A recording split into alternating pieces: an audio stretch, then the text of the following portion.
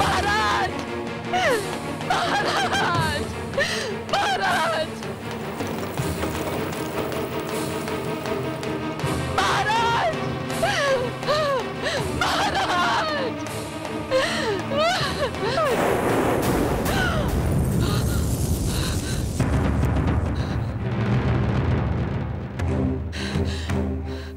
तुमने महारानी का रास्ता रोकने का दुस्साहस कैसे किया? चुप क्यों हो, बोलते क्यों नहीं? हटो मेरे रास्ते से। हम विवश हैं, आप भीतर नहीं जा सकती। क्यों? महाराज का अंतिम आदेश था आपको उनके शव के पास न जाने दिया जाए।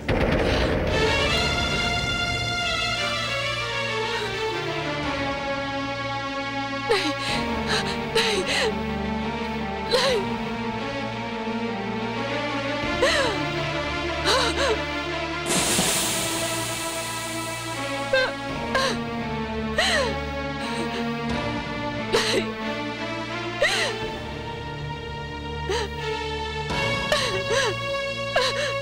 पुत्री, बहुत शुभ समाचार है पुत्री। चुप कीजिए। मेरे पति के निधन को आप शुभ समाचार कह रही हैं?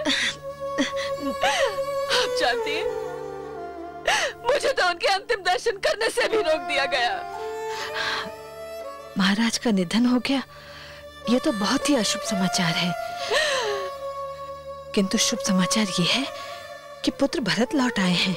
चल चलकर उनका स्वागत करें। नहीं जाना, मैं कहीं नहीं जाऊंगी। अरे बावली, होने को कौन रोक सकता है? जो होना था सो हो गया। अब तेरा पुत्र आ गया है। जब वो युवराज बन जाएगा तू राजमाता बन जाएगी। राजमाता को कौन रोक सकता है भला? चल चल मेरे साथ। नहीं दाई माँ। अरे चल ना। नहीं दाई माँ। चल। सैनिक, तुम रो क्यों रहे हो?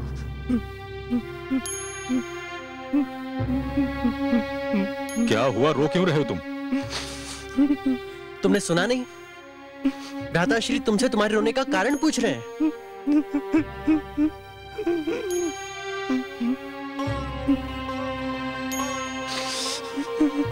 सैनिक,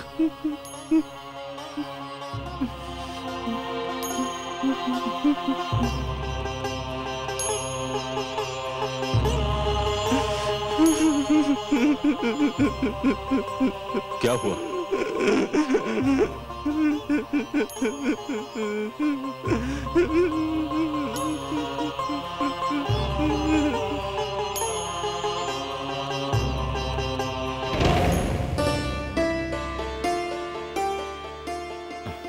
प्रणाम माता। प्रणाम माता श्री।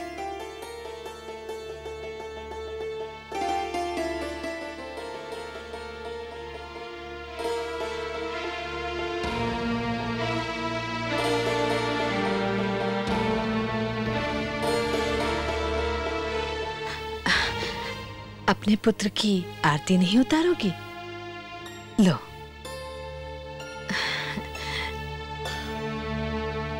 नहीं माता,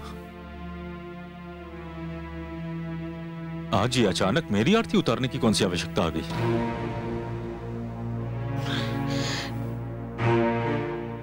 ना तो मैं अयोध्या का राजा हूं, ना ही युवराज जिसके लौटने पर उसकी आरती उतारी जाए। माता, मेरी आरती उतारने की कोई आवश्यकता नहीं। किंतु माता, मुझे एक बात समझ में नहीं आ रही कि आज समस्त भवन में शमशान जैसा सन्नाटा क्यों छाया हुआ है? हर नेत्र से अश्रुधारा बह रही है। माता, कहीं कुछ अशुभ तो नहीं हुआ है? पुत्र, तुम मेरे कक्ष में चलो, मैं तुम्हें सब बताती हूँ। चलो। नहीं माता।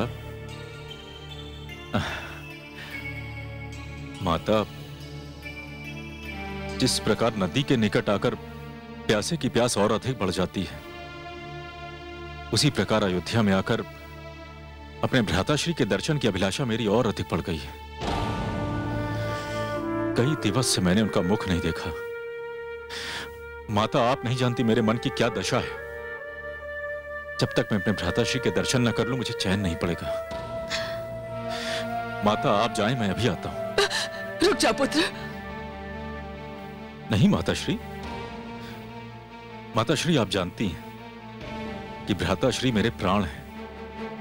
मैं जितने दिवस अयोध्या से दूर रहा, मुझे ऐसा प्रतीत होता रहा जैसे मैं प्राण विहीन हो गया हूं। माता, अब इतने निकट आने के पश्चात भी मैं अपने भ्राताश्री के दर्शन न करूं, यह असंभव है माता। माता मुझे जाने दीजिए आप। रुक जा पुत्र, मैं तुम्हें अपनी सौगंध देती हूँ। पहले मेरे कक्ष में चलो, फिर कहीं जाना। सौगंध?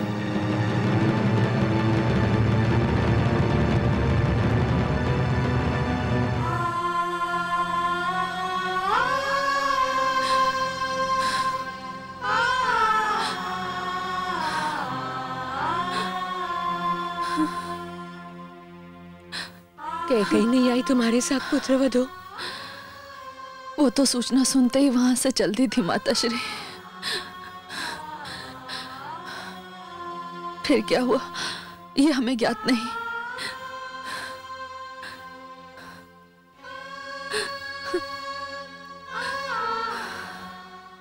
मेरी बात ध्यान से सुनो पुत्र। मैं तुम्हारी मां हूं। मैंने तुम्हें अपनी कोख से जन्म दिया है और मैंने मां होने का धर्म निभाने का पूरा प्रयत्न किया है। माते, आप ये सब मुझे क्यों बता रही हैं? और ये सब बताने की आवश्यकता क्या है? पुत्र, मैंने तुम्हारे पिताश्री महाराज दशरथ से ये वर मांग लिया है कि अयोध्या के युवराज राम नहीं, तुम होगे। क्या? नहीं माते, नहीं माते, आपने ऐसा कुछ नहीं कहा। कह दीजिए माते कि यह सब असत्य है। ये सत्य है पुत्र। अयोध्या के युवराज राम नहीं, तुम बनोगे। इस पद पर तुम्हारा अधिकार है। नहीं, नहीं माते, नहीं। जिस भाई की चरण रज से मैं तिलक करता हूं, जिस भाई के पद चिन्हों को मैं पूजा स्थल समझता हूं, जिसका स्मरण किए बिना मैं रात्रि को नेत्र नहीं मूंदता, जिसका मुख देखे बिना मेरी भोर नहीं होती माते। माते, जो भाई मेरा आदर्श है, मेरे जीवन का आधार है, उस भाई के स्थान को मैं ग्रहण कर लूं? नहीं माते, नहीं। ये सोचने का पाप भी मैं नहीं कर सकता।